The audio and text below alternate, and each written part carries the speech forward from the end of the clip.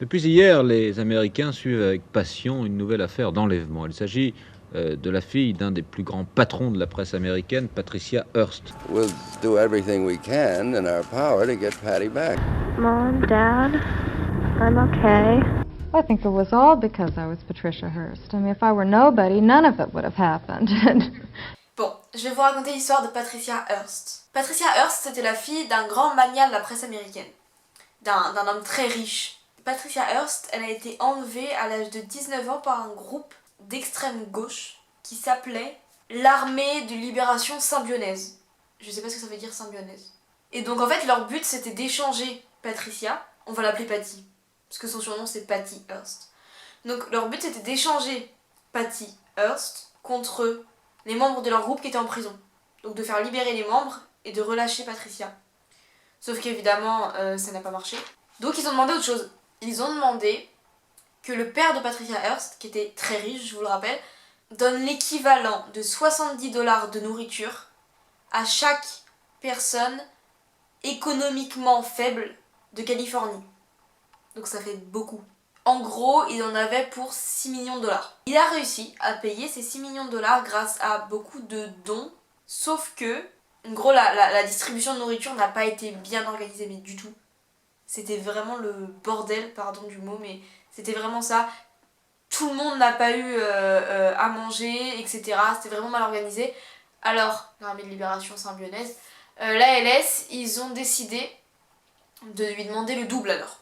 Sauf que c'était impossible, en fait, ils pouvaient pas payer. Entre-temps, Patricia Hearst. Alors, on sait jamais vraiment ce qui s'est passé pendant le temps où elle était prisonnière. Enfin, prisonnière pendant le temps où elle était otage. On a des extraits de sa voix, en fait, qui dit à ses parents que tout va bien, qu'ils sont gentils avec elle et tout. Mais en même temps, apparemment, elle s'est faite violer et tout, du coup, c'est chaud, on sait pas trop ce qui se passe. Mais en tout cas, Patty Hearst va être victime du syndrome de Stockholm. Donc je sais pas si vous connaissez ce syndrome, mais en tout cas, c'est un syndrome très connu. C'est en fait une personne capturée, enfin une personne enlevée, devient alliée de son ravisseur. Donc là, elle commence à prendre parti pour ses ravisseurs. Et elle commence à critiquer la bourgeoisie comme eux. Elle devient carrément en fait membre de la LS. Elle change de nom. Elle prend le nom de Tania. Elle est impliquée dans plusieurs braquages. Donc je crois qu'il y en avait un qui était très connu et elle avait tiré, il me semble. Un jour, toute l'armée de libération symbionnaise s'est faite arrêter. En fait, il y a eu un combat, enfin pas vraiment un combat, mais en gros des coups de feu et une lutte qui a duré 7 heures, qui a été retransmise à la télévision entre les policiers et l'armée de libération. Et Tania, Patty, elle était pas là, elle était dans un hôtel, mais ils l'ont arrêtée aussi. Et en fait, au final, ils ont arrêté tout le monde, elle a été jugée. Elle avait copé de 5 ans de prison, je crois. Non, elle avait copé de 7 ans de prison, sauf qu'elle est restée que 2 ans en prison. Parce que le président Jimmy Carter l'a graciée parce qu'il considérait qu'elle avait été un peu forcée de participer à des actions militantes et que c'était pas de son propre chef. Et ce qui est très très étrange, c'est qu'après la prison, elle est redevenue tout à fait normale, petite bourgeoise, elle est même devenue actrice et elle n'avait plus rien à voir avec l'armée de libération symbionnaise. C'est pour ça qu'en fait cette affaire est très mystérieuse parce qu'en fait on sait pas trop si elle a été forcée, si c'est elle-même, si psychologiquement il s'est passé quelque chose. Enfin en fait on sait pas grand chose sur cette affaire. C'est pour ça qu'elle est assez fascinante en fait. Et c'est donc sûrement pour cela, parce que cette affaire est assez fascinante, que Vanessa Bonet a écrit et mis en scène une pièce de théâtre qui s'appelle Ravissement et que donc je suis allée voir. Et donc je vais vous parler. Cette pièce de théâtre elle est inspirée donc de l'affaire de Patty Hearst ou Patricia Hearst. Il y a quelques petites choses qui changent, par exemple les noms des personnages, la fille s'appelle Sarah Foster.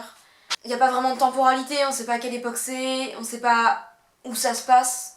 Mais c'est pas grave parce que c'est un peu universel comme affaire, ça aurait pu arriver un peu partout. Et la différence c'est que c'est pas un groupe d'extrême gauche qui enlève le personnage principal, cette fois c'est l'Armée de Libération des Femmes.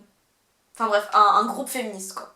Moi ce que j'ai beaucoup aimé dans cette pièce donc, c'est que d'abord les actrices c'était que des femmes. On voyait mais vraiment que des femmes. Il y avait quelquefois des voix d'hommes, mais il n'y avait aucun acteur homme, c'était que des actrices femmes. Donc ça j'ai trouvé ça plutôt bien, et effectivement assez féministe et tout, ça c'était bien. Et puis ce qui était bien aussi, je dis pas que je suis pas engagée, que j'aime pas les gens engagés et tout, mais c'est juste, il y avait le féminisme, mais ils n'avaient pas besoin d'en rajouter avec des discours, parce que des fois on a toujours entendu la même chose, je veux dire, et donc là c'était plus axé sur le ravissement de la fille que sur les actions du groupe féministe. Donc c'était pas trop barbant de ce côté-là. Ce qui était bien avec cette pièce, c'est que c'était aussi très très dynamique comme pièce. Il y avait de la musique, il y avait des danses aussi, il y avait beaucoup de jeux de lumière, du noir, de la lumière. Fallait pas être épileptique parce qu'il y avait beaucoup de lumière clignotante. En fait, on pouvait pas s'ennuyer, vraiment l'histoire ça y allait comme ça, il n'y avait pas de temps de pause, pas de temps long en fait. Et ça c'était super cool. Et ce qui était bien aussi, c'est que c'était un peu drôle, surtout vers la fin, c'était un peu drôle et un peu ironique.